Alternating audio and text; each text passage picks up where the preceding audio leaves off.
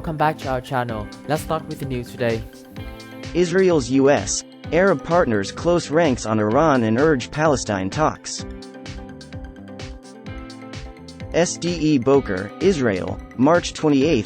Reuters. The top diplomats of the United States and 4 Arab countries convened in Israel on Monday in a display of unity against Iran, but also used the rare summit to press their host to revive long-stalled peacemaking with the Palestinians.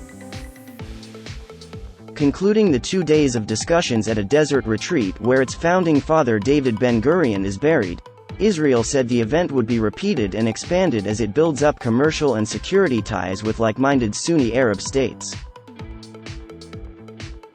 This new architecture, the shared capabilities we are building, intimidates and deters our common enemies, first and foremost Iran and its proxies, Foreign Minister Yair Lapid said alongside his U.S., Emirati, Bahraini, Moroccan and Egyptian counterparts.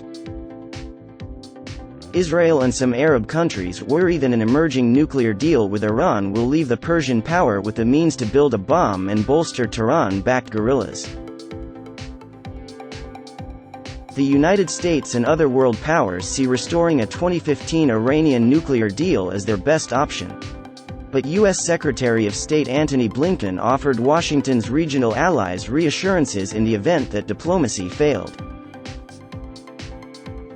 As neighbors and, in the case of the United States, as friends, we will also work together to confront common security challenges and threats, including those from Iran and its proxies, he said. The UAE, Bahrain and Morocco normalized ties with Israel under a 2020 U.S. initiative known as the Abraham Accords. Egypt in 1979 became the first Arab state to make peace with Israel. While hailing the accords, Blinken added, "We have to be clear that these regional peace agreements are not a substitute for progress between Palestinians and Israelis." Like the Arab countries present, the United States wants a two-state solution whereby Palestinians would gain statehood alongside Israel. Talks to that end stalled in 2014. Israel has settled much of the occupied West Bank while the Gaza Strip, another Palestinian territory, is ruled by hardline Islamists.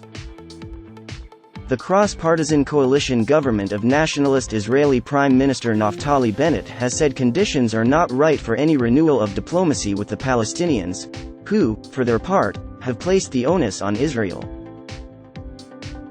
Unless the occupation ends, Arab normalization meetings are nothing but an illusion and free reward for Israel, Palestinian Prime Minister Mohammed Shtayyeh told his cabinet on Monday.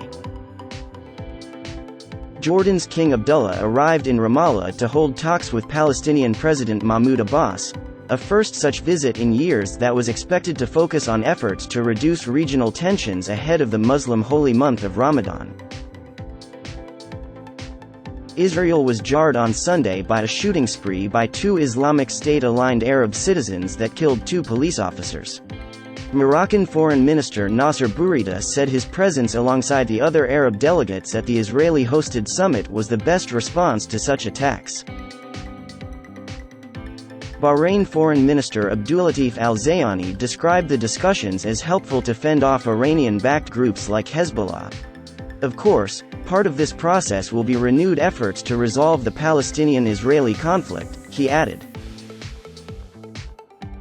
In another sign the Allies were closing ranks against Iran, the Israeli ambassador to Manama, Etan Naya, said on Monday that Israel will appoint a military attaché to the U.S. Navy's 5th Fleet headquarters in Bahrain soon.